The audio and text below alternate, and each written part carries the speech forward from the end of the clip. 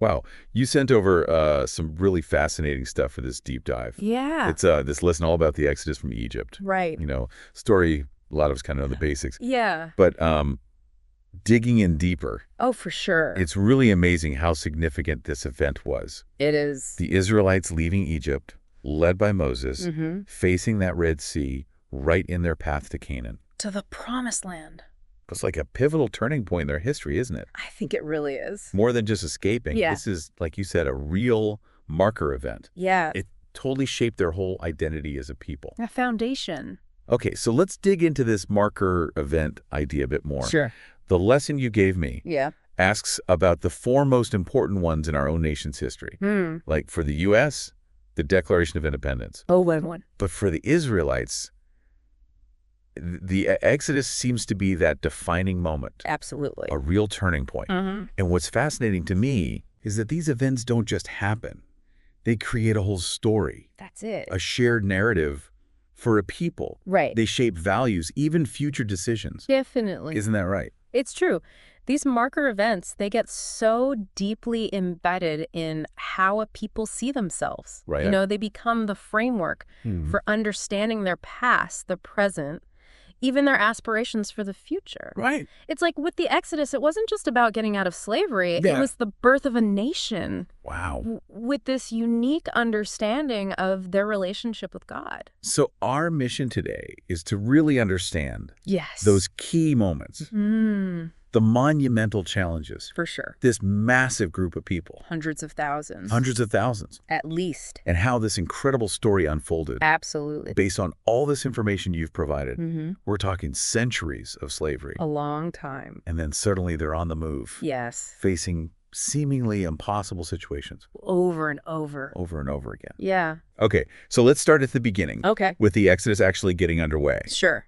Now, the source material is clear about this.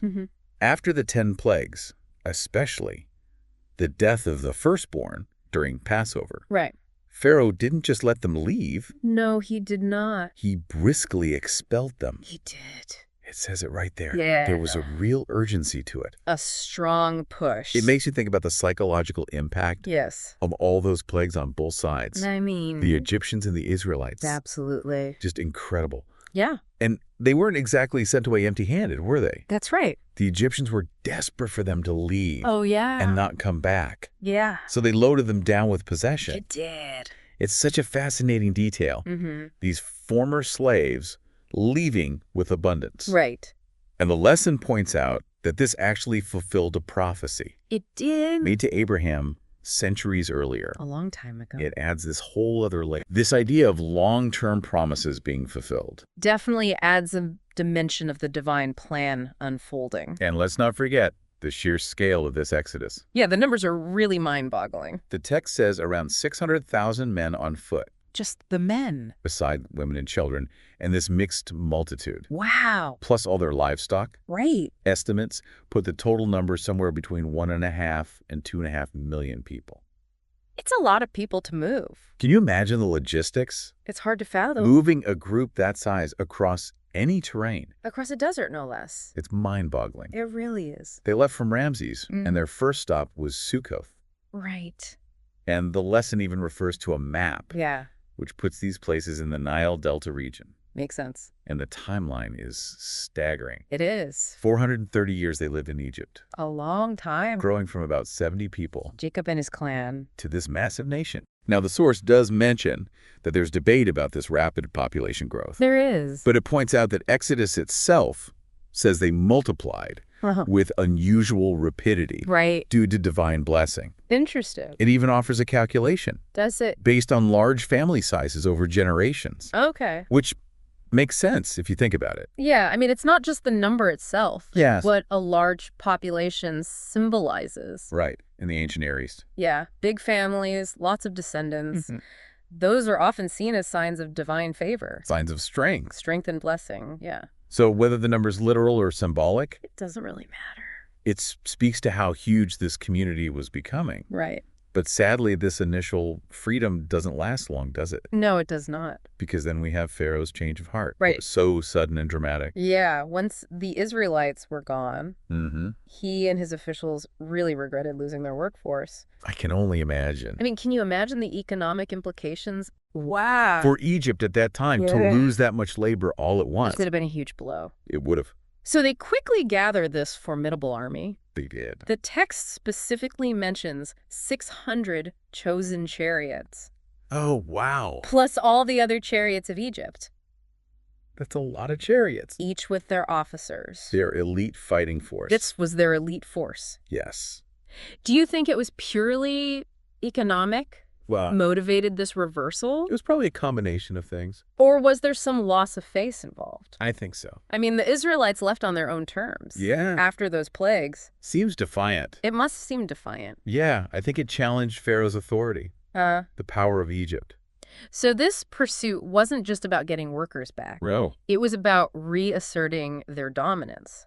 It's about power. And they catch up to the Israelites, encamped by the sea at Pi-hahiroth. Right. Now, the exact location of Pi-hahiroth, Is a bit of a mystery. it's uncertain. The source says it was possibly near Lake Timsah Okay. or Lake Bala, Mm-hmm. north of the current Gulf of Suez. So that puts them in the eastern Nile Delta region. Right. But think about the emotions at this point. Yeah. It must have been intense. Oh, absolutely. The source highlights the sheer terror Fear. the Israelites felt Right. when they saw that Egyptian army approaching. Bearing down on them? It's no wonder they cried out for help Oh, yeah. and complained to Moses. Understandably so. It's a very human reaction, isn't it? Very human. They had just experienced this incredible liberation. Just tasted freedom. Now they're facing what looks like certain death. Annihilation.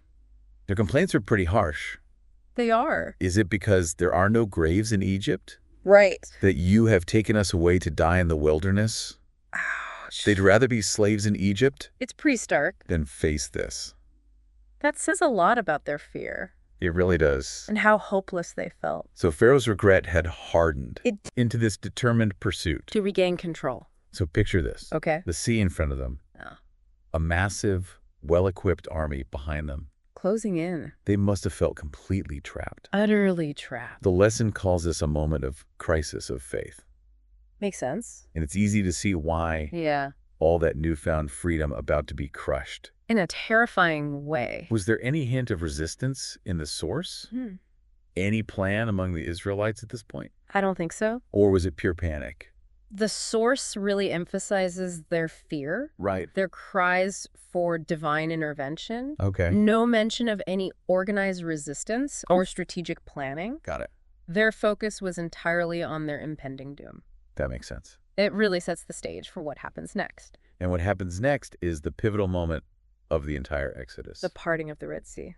Divine intervention to the Red Sea. Exactly. Moses reassures the people, He does. telling them to fear not, stand firm, and see the salvation of the Lord. Powerful word. He says they will never see these Egyptians again. Wow. Such a powerful call for trust. Trust in something beyond what they could see. Right. Beyond the immediate circumstances. And then Moses gets his instructions. Right. Lift your staff, stretch out your hand over the sea, divide it, Wow. so the Israelites can pass on dry ground. What an image. It's so vivid. So powerful. And the text points out, It does. this wasn't just about saving the Israelites. Right. God was going to harden the hearts of the Egyptians, Yes. so they would follow. And ultimately bring glory to himself through their defeat. It's a bigger plan unfolding. A divine plan. What's amazing is how this intervention is described. In so many ways. It talks about the angel of God Yes. and the pillar of cloud, Moving behind the Israelites. getting between the two armies, Creating a physical separation. darkness for the There's Egyptians. light for the Israelites. Imagine that scene. One side in darkness, the other illuminated. Yeah, what a psychological impact. Right. For the Egyptians, that darkness Yeah. in the middle of their pursuit. Must have been disorienting, Terrifying. suggesting a force beyond their control. For sure. And for the Israelites, that light, Comforting. reassurance in their darkest hour. A sign of protection.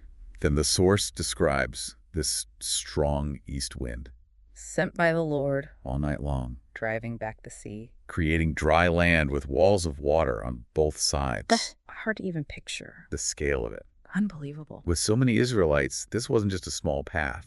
Oh, The no. lesson mentions if they walked 1,000 abreast, 1,000 abreast. their camp could have been a mile wide Wow. and several miles deep. It would have taken hours to cross. So this wasn't a quick dash. No. It was a massive undertaking. Hundreds of thousands, if not millions of people. Walking across what had been seabed, Wow. with walls of water held back. And this wind lasting all night. The logistical challenges are immense, They are. even with divine help. It's truly miraculous. And while all this is happening, Yeah. the Egyptians follow right into the sea. They do. They're hardened, Their hearts are hard. driven to pursue, Yeah. despite the danger. What could have possessed them? The text says, God hardened their hearts. Right. It was part of the plan. To demonstrate his power. Their pursuit doesn't last, though. No. During the morning, watch the Lord looks down Mm-hmm. and throws them into a panic. Pandemonium. Their chariot wheels get clogged. Clog. They can barely move. Wow. You can almost hear the chaos. The grinding of those wheels. Their technology failing them. At the worst time. And then they realize, Yeah. let us flee from before Israel. For the Lord fights for them against the Egyptians. A complete reversal. They get. They're not just fighting escaped slaves anymore. No. They're up against something supernatural. It's powered of God.